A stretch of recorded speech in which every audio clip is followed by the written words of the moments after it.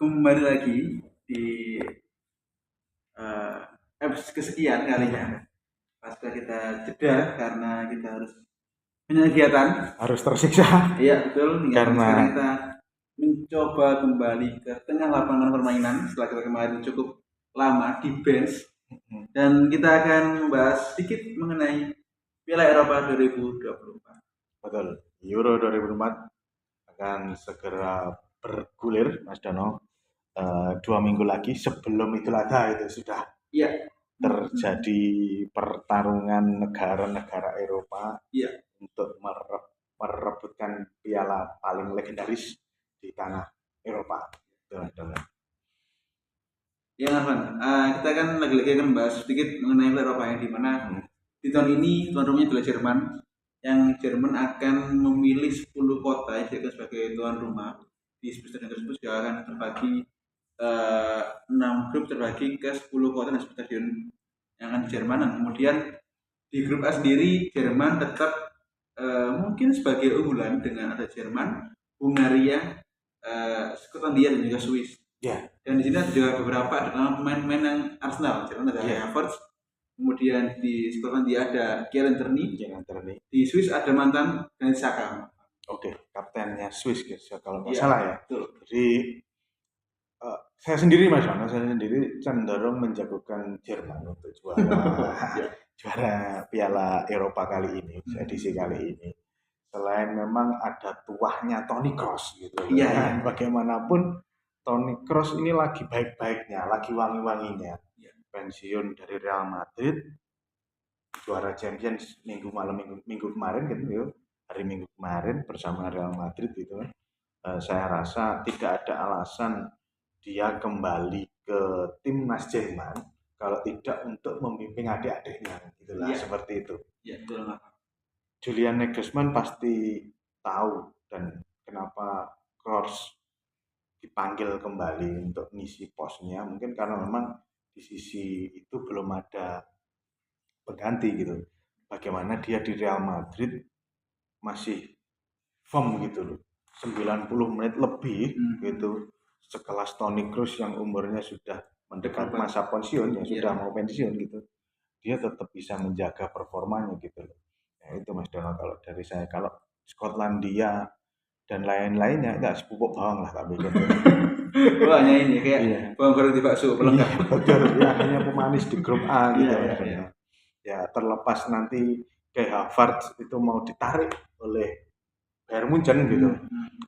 Peran di Arsenal di paruh musim kedua itu memang cukup krusial. Apalagi di akhir tahun kemarin gitu. Si Havertz itu sempat jadi bek kiri di timnas gitu. Ini lawaan apa lagi gitu dari Nagelsmann. Ternyata memang si Havertz belum menemukan formnya gitu. Dia harus di mana gitu. Sampai di akhir-akhir uji coba terakhir kayak Havertz sudah berada di nomor 9 gitu, nomor 9 Panji, nomor 9 gak, tapi ya juga agak ke tengah gitu Mas Don. Ya, memang menarik bicara rumah di depan dengan Arfan karena datang dengan seluruh squad yang sangat keren. Ada campuran dari pemain senior, Gundogan, Toni Kroos, dan juga ada pemain muda, wonderkid Jamal Musiala. Jamal Musiala, kemudian juga ada Florian Wirtz, di mana cukup harum dengan perkusennya Xabi Alonso. Jadi memang bicara unggulan juara Jerman saya layak. Terlebih ada maestro yang sangat-sangat senior dan juga punya pengalaman, Toni Kroos, juga ada Gundogan, dan juga bicara lawan-lawannya Arfan, Hungaria mungkin hanya Szoboszlai yang dikenal. Untuk bicara serangan tengah dan belakang, cuman cukup ya mungkin ayem. Mungkin penantang dari grup A Arfan, ada Swiss karena ada Belo Embolo, kemudian Shaqiri di kiri dan sisi kanan. Iya. Ini kalau grup A mungkin saya rasa perebutan tempat ketiga terbaik antara Hungaria dan Skotlandia. Kalau peringkat kedua saya rasa memang Swiss yang langganan Piala Dunia. Yang Sommer juga di sana ya. Iya betul. Kipernya juga, kipernya wangi kan. Iya betul. Kipernya keren. Terus secara kualitas saya rasa yang bisa mengimbangi Jerman ya. Mengimbangi Jerman sekali lagi ya si Swiss. Swiss bisa mengimbangi Jerman. Nah, kalau mengacu kepada permainan di liga, saya rasa ya memang pemain-pemain Jerman yang dipanggil kali ini itu pemain-pemain yang lagi top form di liganya masing-masing, di klubnya masing-masing, sorry, di klubnya masing-masing gitu. Nggak, mungkin tidak ada keraguan selain barangkali lawan Spanyol atau lawan Prancis sih paling mengerikan nanti. Lanjut aja. Nah, mungkin apa ya, di Jerman mungkin akan sedikit pertimbangan yang sangat keras. Apakah Juna akan memakai Havertz atau Füllkrug? Karena terlebih dua pemain ini di level klub sangat-sangat harum dengan Füllkrug dengan 4-3 laga 16 gol 9 assist di semua kompetisi, bertemu dengan Havertz 14 gol 7 assist dalam 5 laga di semua kompetisi Arsenal, dan dalam 5 laga terakhir bersama timnas Jerman, Havertz cukup sering bermain rutin. Ya ini mungkin kelihatan bahwasannya Juna akan memilih Havertz sebagai tombak, ditemani dengan tiga belakang ada Wirtz, dan juga Musiala. Ya, saya rasa memang banyak kalangan menilai bahwa kalau Musala di Bayern Munchen itu terlalu eman kalau hanya diperankan sebagai pemain nomor 10 gitu Mas. Iya. Dia bisa ke kiri dan ke kanan gitu. Eleng-eleng Messi lah kalau di Argentina gitu kalau Musala itu kalah. Sayangnya memang sepertinya melihat pertandingan terakhir waktu coba itu saya rasa memang posisi Havertz tidak akan tergantikan. Barangkali nanti ketika pertandingan awal Jerman kita akan melihat sejauh mana si Nagelsmann membutuhkan peran Musiala gitu loh. Ataupun kalau Havertz kan sangat versatile Mas Donald. Bisa di kiri, bisa di kanan gitu. Nah, kan kelihatan sekali kan pertandingan sebelumnya bahwa peran Havertz tidak bisa tergantikan. Nah, apalagi banyak kalangan menilai Musiala itu akan tergantikan duet lini tengah antara si Gundogan dan si Kroos. Nah, Toni Kroos nanti akan jadikan gelandang bertahan yang sangat-sangat tradisional. Gelandang bertahan di backup si siapa jenenge Gundogan gitu. Ya, untuk menguasai lini tengah Jerman sendiri Mas Dono. Iya. Ini sepakat memang Jerman di grup A cukup unggulan karena lagi-lagi di grup A ya kita meyakini bahwa dia akan rank finish di puncak klasemen dan lolos ke fase berikutnya. Sementara di grup B kita tetap harus mewaspadai dengan Van karena di grup B ada Kroasia yang mungkin akan balani. Pertanyaannya di grup B ngunggulnya siapa? Ngono lho nggih bani. Iki kok cut ya. Terus kalian ulangi. Lanjut ke grup B. Iya, Van, kita lanjut ke grup B kan, Van. Di mana grup B ada Albania, Kroasia, Italia, dan Spanyol. Di mana menurut saya Kang Arfan, di grup ini yang tetap unggulan adalah Italia karena faktor sudah bertahan. Betul. Dan di mana di musim di gelaran Euro kali ini dia membawa pemain baru. Terbaik ada nama baru seperti Bastoni dan juga Serbia atau mungkin backnya Roma Gianluca Mancini. Namun di pos penyerangan juga ada pembaruan karena ada Scamacca yang Atalanta yang dimana di Euro sebelumnya kan dia memakai Ciro Immobile. Jadi sekarang mungkin tadi dengan darah muda penyegaran sedikit mungkin lebih unggul ketimbang Spanyol yang tinggal oleh Luis Enrique. Pasca gagalnya Italia di Piala Dunia kemarin Mas Uno, gagal lolos di Piala Dunia dan pasca pergantian dari Mancini ke Spalletti, memang saya melihat seperti kalau melihat seperti Italia yang sekarang itu seperti mengcopy paste Napoli musim lalu ketika si Spalletti berada di sana gitu. Jadi kayaknya akan bermain 3 back seperti Napoli kemarin gitu, dengan mengandalkan striker tunggal seperti apapun, dan peran Jorginho itu sangat luar biasa. Saya berkali-kali ngomong Jorginho kalau di timnas bisa seperti itu, kenapa di Arsenal dia malah menjadi sisi negatifnya semacam mendelay bola gitu. Bola diperlambat oleh si Jorginho. Tapi kalau di timnas Italia, keren sekali Jorginho, berkali-kali saya melihat pertandingan Italia gitu. Sayangnya, saya rasa ini bisa dikatakan masuk kategori grup neraka Mas Dono, karena ada 3 nama besar.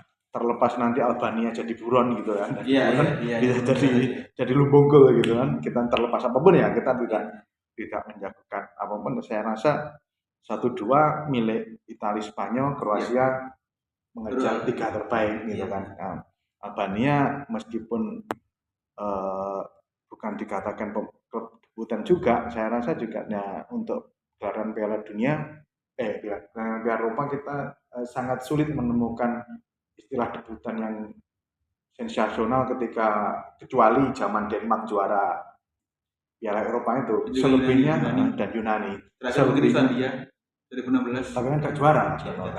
Karena kita melihat tim yang di Denmark ketika itu pun juga banyak pemain-pemain yang setengah matang sebenarnya. Kalau ini kan, kalau ngomong Albania sekarang kan tidak ada pemain yang di Eropa jadi sorotan-sorotan atau gimana gitu kan lah. Hanya backnya Lazio, Elias Isaac. Nah, dari situ kan kelihatan sekali bahwa ini mungkin kayak jangkep-jangkepan karena penambahan kuota gitu. Seperti Georgia gitu kan, tiba-tiba lolos gitu kan, ya itu kan bahkan ada Norwegia yang seharusnya lolos sih menurut saya. Daripada Georgia, seharusnya Georgia sama Norwegia kongon-lek-lekan gitu kan, ada dekat sama Haaland gak lolos. Ya Eropa kan aneh gitu loh, Mas Dono. Seperti itu ya Dono. Karena bicara grup B cukup menarik karena di grup ini dari 3 negara unggulan ini trio di lini tengah atau kandang cukup keren-keren. Dimana di Italia ada Jorginho, Barella, dan juga mungkin Lorenzo Pellegrini Roma. Sedangkan di Spanyol tetap ada Rodri, sang maestro, kemudian ada Pedri, juga mungkin akan ditemani oleh Mikel Merino ataupun Fabian Ruiz-nya PSG kan. Dan lagi secara Spanyol datang dengan pemain-pemain baru meskipun tinggal oleh Sergio Ramos, Sergio Busquets, Sergio Alba, tapi di posisinya juga sangat keren. Kiper ada tentunya bakal ada di perebutan 2 kiper ini antara Unai Simon atau David Raya. Bek kiri mungkin mutlak milik Grimaldo-nya Ferguson. Di bek kanan tetap ada Carvalho yang dimana kemarin tampil keren ketika lawan Dortmund di Champions League. Betul. Bek tengah tetap akan ada Robin Lehnerman-nya Real juga Laporte di tengah tetap itu, dan juga di wing tengah bantang keren ada Lamine Yamal dari Barca, juga Nico Williams dari Bilbao. Ya kalau di situ memang saya pengen dari sisi Italianya Mas Dono. Kalau dari Spanyol mungkin itu akan sangat solid memang dari melihat pemain-pemain yang akan diturunkan gitu. Cuman Samaka Atalanta yang dulu di West Ham itu, saya kan bingung waktu di West Ham dia kok apa kurang menit bermain ya, kok kurang bagus juga. Ketika kembali ke Italia dia seperti mungkin kurang komunikasi yang enak gitu karena sama-sama pakai bahasa Italia. Kalau dia semacam menemukan tempatnya gitu kan. Sepertinya untuk post striker di Italia akan di situ Mas, di Samaka itu, tapi tidak tahu lagi kalau ada persaingan yang lebih lanjut di Italia ke depan gitu. Iya, Mas. Lalu juga di Kroasia mungkin tetap bakal dipandu oleh Luka Modric dan juga Mateo Kovacic dan juga si Al Nassr player yaitu adalah Marcelo Brozovic. Tetap ini adalah sebuah tim yang sangat diunggulkan karena lagi-lagi banyak pemain muda di combine dengan senior Luka Modric, dan juga kemudian ada Guardiola City. Dia mungkin grup B lagi-lagi tetap Italia, Spanyol, dan Kroasia. Betul. Ini cukup seru kan? Karena grup neraka ini kan. Iya benar. Grup B ini bisa jadi ya. Paling seru. Kalau grup C saya milih Inggris lah. Denmark, England, Serbia, Slovenia, ya. Milih Inggris. Ya, saya milih Inggris karena bagaimanapun pasca tidak dipanggilnya Rashford gitu. Iya. Banyak sekali baru kali ini saya melihat fans Inggris dengan Southgate tidak memanggil Rashford, tidak ada sama sekali perdebatan gitu dalam kalangan fans gitu. Biasanya kalau Inggris ada pemain yang tidak dipanggil pasti rame kan kalangan hooligan gitu kan. Ya barangkali memang ini agak sedikit fair karena di sisi kanan kita akan melihat siapa sih? Man City itu siapa? Foden. Foden. Bagaimanapun kiri kanan sudah jadi milik Foden sama Saka. Iya, dan pos yang pasti di Inggris itu cuman striker, depan 3 itu sudah pasti. Kane pasti Pickford. Dan keempatnya kiper yang lainnya pasti akan ada rolling gitu kan. Iya. Belum ada kepastian posisi yang jelas. Ditambah lagi mungkin Rice akan jadi lini peran yang tidak akan tergantikan gitu kan. Di Arsenal juga tidak tergantikan, di timnas Inggris juga tidak akan digantikan gitu. Lihat dari lini serangnya itu sudah mengerikan Mas Dono. Iya. Ditambah nanti di kesolidan si Rice, seharusnya si Inggris ini kalau Bisa tahun melangkah jauh. bisa melangkah lebih jauh. Nah, apalagi musim seri sebelumnya football is coming home itu yang akhirnya football is coming home gitu. Ya, itu kan itu juga sebenarnya sudah ada gejala-gejala bahwa Inggris sudah mulai membaik gitu. Ya tinggal secara mental aja. Permasalahannya kan siapa pemainnya Maino kan juga akan dipanggil. Bisa jadi dia nanti akan partner dengan Rice gitu. Yeah. Kalau dari kita ngomong dari segi permainan ke depan gitu ya. Kalau yang lainnya saya tidak tetap akan jadi rebutan gitu kan. Sekali lagi kalau di poin ini ya kita akan melihat Højlund. Nah, Højlund sejauh mana Højlund akan melangkah dengan Denmarknya. Terus sejauh mana Benjamin Sesko akan melangkah dengan Serbianya. Gitu. Saya kemarin baca berita Slovenia berita kemarin si Sesko kan diancam sebelum, kalau ada yang bilang Sesko akan menandatangani kontrak dengan Arsenal sebelum gelaran Euro 2024 ini ya. Kita lihat saja Mas Dono sejauh mana Arsenal akan mencari striker musim ini. Sesko yang akan lek-lekan dengan Højlund tapi endi gitu kan si Sesko sampai Højlund.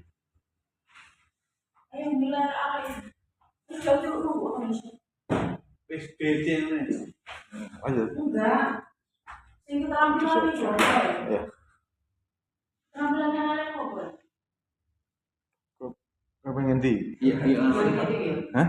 Bicara klub juga kan dari tiap perwakilan negara ini memiliki striker keren. Ya. Barunya MU, Harry Kane-nya Bayern Munchen, Serbia punya Dusan Vlahovic ya, sorry. Slovenia mungkin akan memainkan Sesko, the next Arsenal striker di mana klub ini sangat banyak sekali mungkin perdebatan.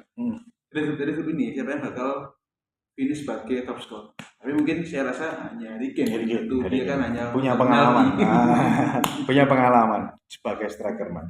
Bagaimanapun kok kalau berbicara striker saat ini nomor 1 Harry Kane, striker nomor 1 dia.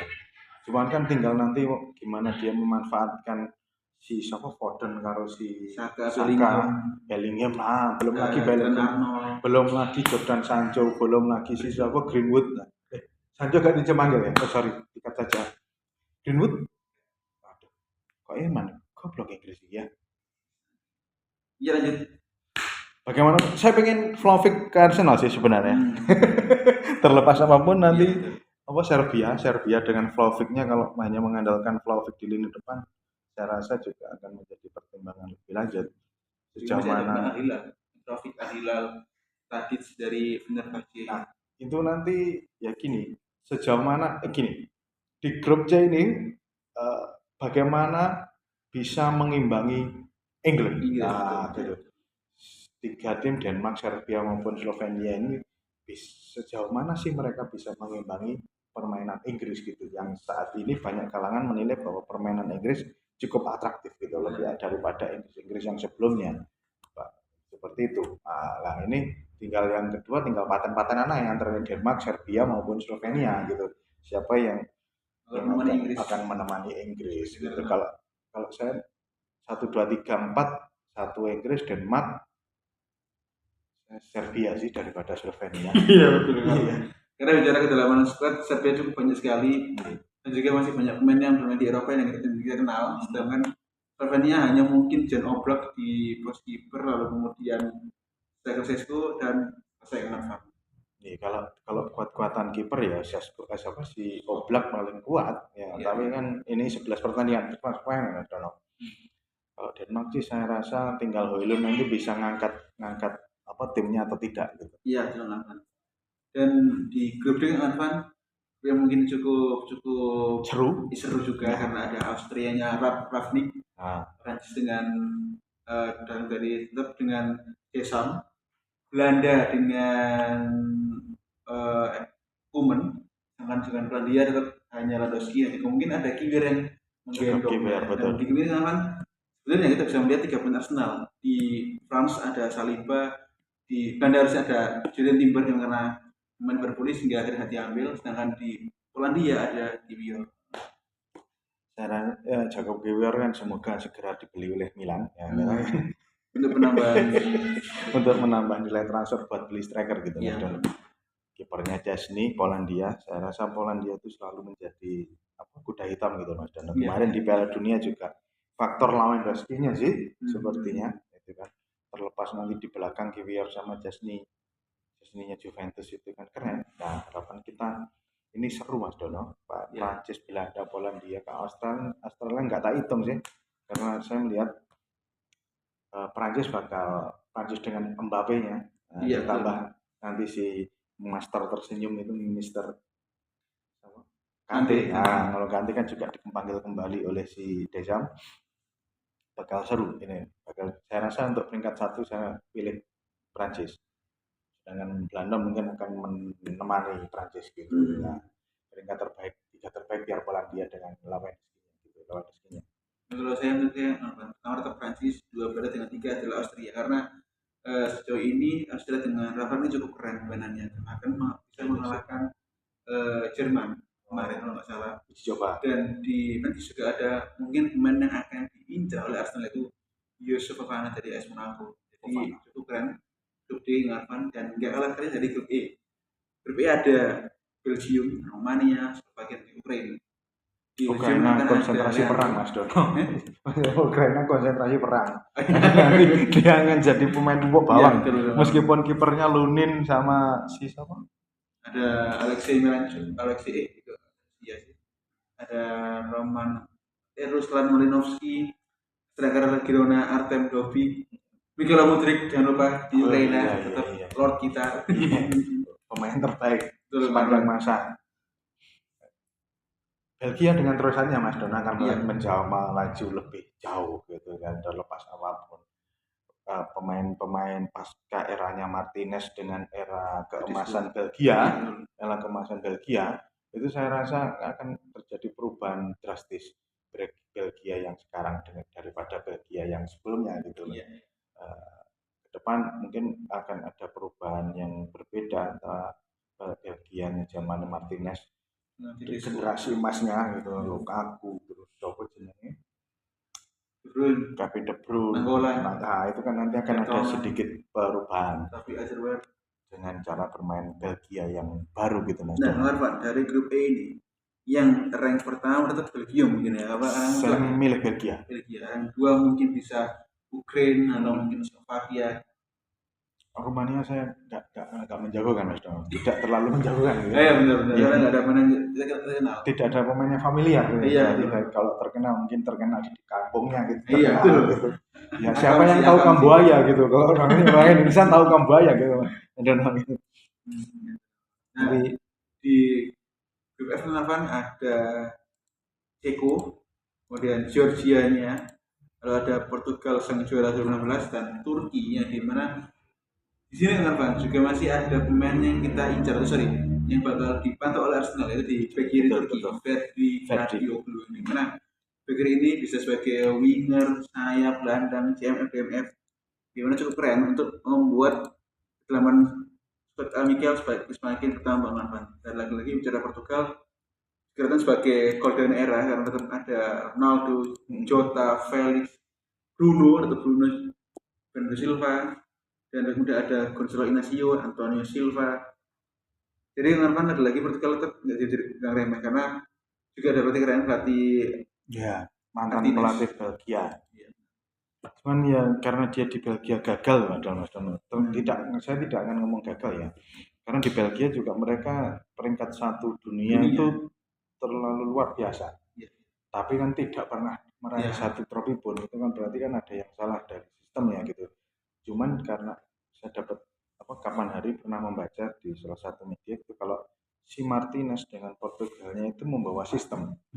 Terlepas pemain besar yang ada di sana, kalau melihat striker yang ada di depan, di pemain depannya cukup mengerikan. Rafael keren dengan Milannya, Rafael. Betul, itu pemain yang mengerikan di lini depan itu. Tapi sejauh mana bisa menjadikan satu pemain yang ada di depan? Yang lagi bicara Portugal, bicara lini serang cukup melimpah dengan stok ada Ronaldo, Bernardo, Diogo Jota, Joao Felix, Pedro Neto-nya Wolves, dan juga ada Ramos-nya PSG. Namun Di lini tengah mungkin tetap akan bertumpu dengan Bruno dan juga akan ada dengan David Vitinha atau Otavio, dan mungkin di pos DM ada Joao Palhinha. Di lini tengah mungkin tetap ada Ruben Dias dengan PP, karena PP akhir-akhir ini cukup keren Ya, sama Porto. Porto. Lalu di bek kiri mungkin ada Joao Cancelo karena ada Diogo Dalot mungkin. Iya. Mungkin ada Diogo Costanya Porto.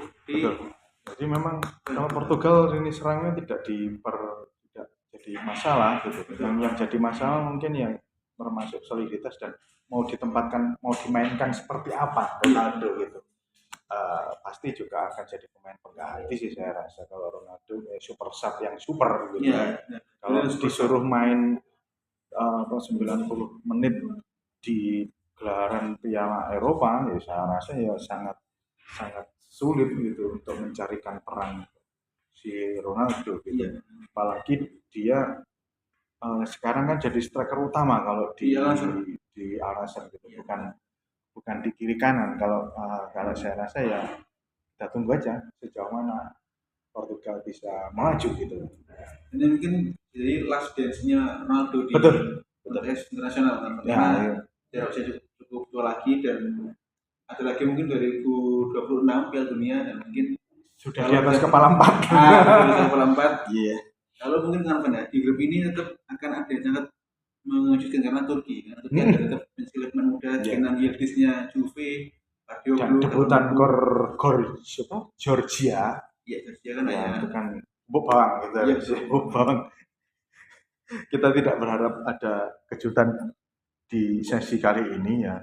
Berbicara last dance nanti ya harapan Toni Kroos dengan Jermannya, apalagi tuan rumah. Internasional saya tetap mengunggulkan Jerman. Nomor 1 Jerman, Italia, baru Inggris saya Mas Dono. Oh, gitu. Saya lagi bicara yang tuan rumah, dan juga saya ingin Havertz enggaknya lebih banyak sorotan. Betul, biar harganya naik kan, dijual ke Munchen gitu Mas Dono ya. Jadi mungkin Jerman seharusnya bisa raih trofi dengan di nomor 2 mungkin Inggrisnya karena dengan punya skill talenta. Baru mungkin Italia yang meskipun kali peralihan dari Mancini ke pasti mengalami kesulitan untuk Italia. Tapi gini Mas Dono, ini turnamen Mas Dono. Iya. Jadi negara-negara spesialis turnamen itu kita pasti akan ada kejutan gitu. Jerman, Italia itu terkenal dengan negara yang pasti memberi kejutan di turnamen-turnamen internasional seperti itu. Kalau mereka kadang-kadang sepertinya kalau udah uji coba semacam menyimpan kekuatannya, menyimpan strategi atau gimana saya nggak tahu. Tapi yang jelas karena ini turnamen, ya kita harus menggarisbawahi Jerman tuan rumah dan dia spesialis turnamen. Mesin diesel terlambat panas juga seperti itu Mas Dono. Ya itu mungkin dari kami berdua mengenai pembahasan sekilas mengenai Piala Eropa 2024 di mana kita tetap berdoa dan juga mengunggulkan bahasanya Jerman dengan gaya Havertz-nya gitu. Iya. Biar mahal harganya gaya Havertz biar dijual gitu. Iya benar. Iya, dari saya Mas Nares dan saya Kang Arfan. Visi.